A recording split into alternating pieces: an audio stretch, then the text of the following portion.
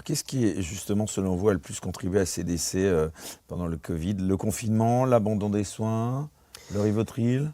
Le Rivotril fait partie de l'abandon des soins, très clairement. Ce qu'on a fait, c'est que je mets un «on» général, hein, mais en tout cas, il y a une panique qui s'est instaurée dans la population générale, mais dans l'ensemble du système de santé, qui a amené à faire du n'importe quoi. Ce n'importe quoi, son principe général, c'est l'abandon.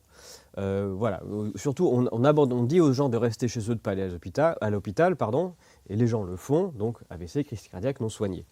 Affection respiratoire, enfin, c'est courant dans un pays de 67 millions d'habitants. Des gens qui souffrent d'affection respiratoire, c'est tous les jours, partout.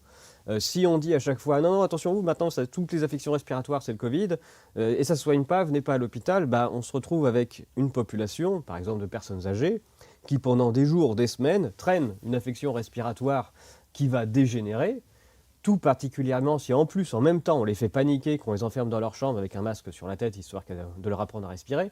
Mais du coup, on aggrave la situation. Et ce faisant, on pose des problèmes au flux de soins. Et ça fait partie des mesures qui ont augmenté la mortalité. Et c'est de l'abandon.